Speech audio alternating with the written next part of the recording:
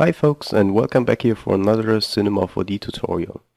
Today I'd like to talk about a very simple way how to create a swarm or flood-like animation by using MoGraph. Of course, there are multiple ways how to create an effect like that, but I find that this technique is pretty handy and it might become useful for you as well one day. Right, so the first thing we are going to create is a cube or any object you like. Just make it a little bit smaller. I'm just going to make it red so that you can see what's going on here. And we're going to place our cube inside a fracture object. Just drag it in. So now we're going to drive our animation by using the random effector. So go to MoGraph, go to the effectors and select a random effector. Just make sure the random effector is added to the fracture object. So now go to your random effector, go to effector, set it to noise. So with the noise mode selected, you have a very random movement once you play it back. So it's added automatically. Now we're going to set it to indexed, which will give us a nice movement. And we're going to bring down on our animation speed to 50%. Right, so the next thing we're going to add is a tracer object. And we're going to tell the tracer to trace the fracture object, not our random effector. So, and you can switch off the visibility of your fracture object by now. Just Alt-click right here. And now when we play back, you can hardly see that our tracer is drawing a line. Are we going to use that spline, actually it's a spline, to clone more objects onto it. So first thing we have to set up is the movement of our random effector. We have to just increase the default position settings to something like 500.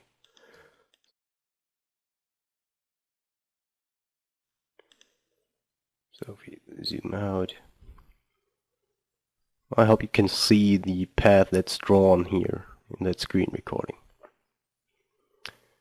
Right, so now we have a spline created by the tracer. I'm going to add a new cloner. And now you can just drop any object inside. I'm going to pick up a platonic object for now, why not? Very creative. Just drop it into your cloner. Tell your cloner to be in object mode. And drag that tracer into that slot here. Once you did it, you can see we're going to create something like a worm of platonic objects. Pretty nice.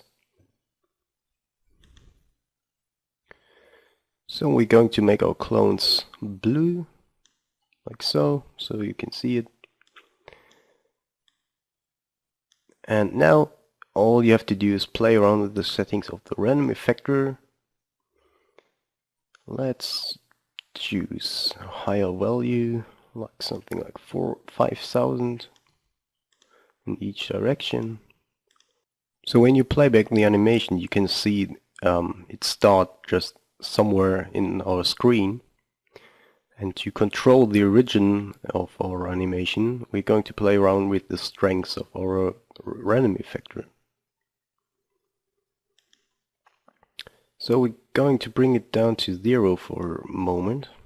And when you play it back, you see that there's nothing happen. And this is because our fracture object is not moving, so our tracer is not drawing a line. So there is no object for a cloner to clone its clones onto, you know. So you have to start with something like 1%. When you play it back, you can see there is a little cloud of platonic objects. So let's set a keyframe at frame 0 with 1% strength.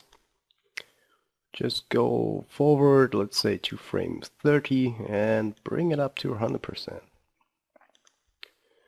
So now we've created something like this. So we have a worm of a platonic object that starts in the axis center. Right.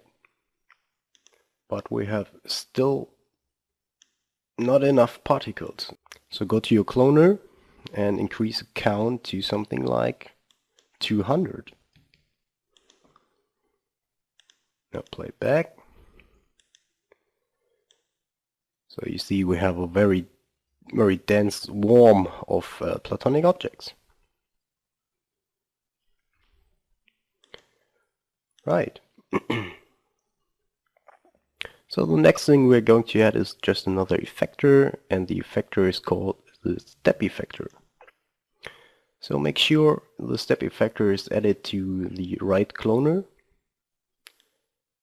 And when we play it back,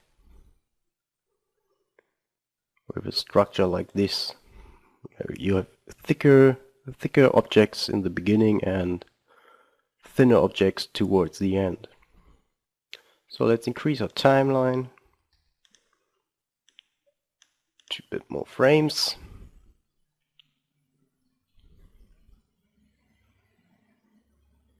I don't want the pass to be that long, so I'm going to select my tracer, go to limit, set it to from end, and let's say it's a mod. And let's set the amount to something like 50. So when we play it back, you can see that just after 50 frames the tracer stops to draw its line. So the next step is to add a rigid body simulation tag to your platonics. Go to individual elements, set it to all. Let's choose MoDynamics automatic. So let's go to the forest tab,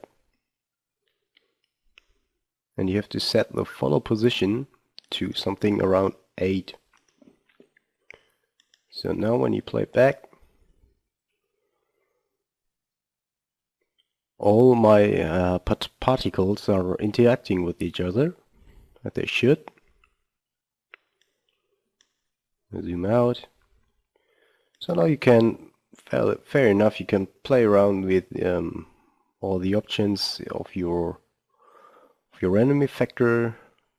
Can, let's say, make it 9,000.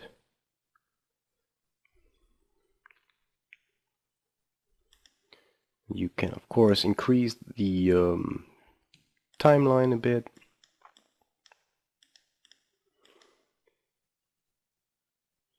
So just play it back, let it go for a while, and then you have to keyframe animate your random effector strengths again. So control clicked and bring it down to 0.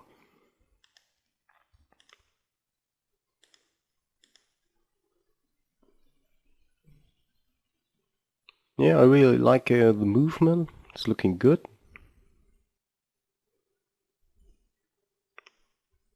Now it goes back to the axis center. Okay, so what I did in my example, I was just playing around with the radius of the platonic object, so you don't see anything in the beginning and in the end. So let's keyframe animate the radius, bring it down to 0. Just go to frame, let's say 10 or something. Bring it up.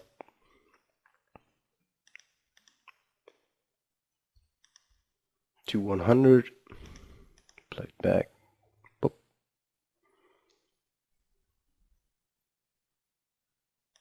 So, and then just do the same towards the end, like here, like there. Just control click, keyframe, bring it down to 0, set a keyframe, and play back.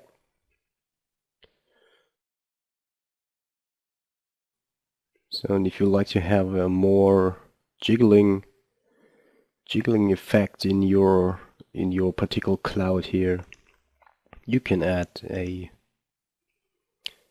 delay effector. So make sure the delay effector is added to your cloner. Go to your delay effector and just set it to spring. The strength of 50% is pretty good. You can play around with it, of course. So if you play it back, you can see that our animation is a little bit more jiggling. Well folks, that's it. Thanks for watching, hope it's useful, and see you soon, bye bye.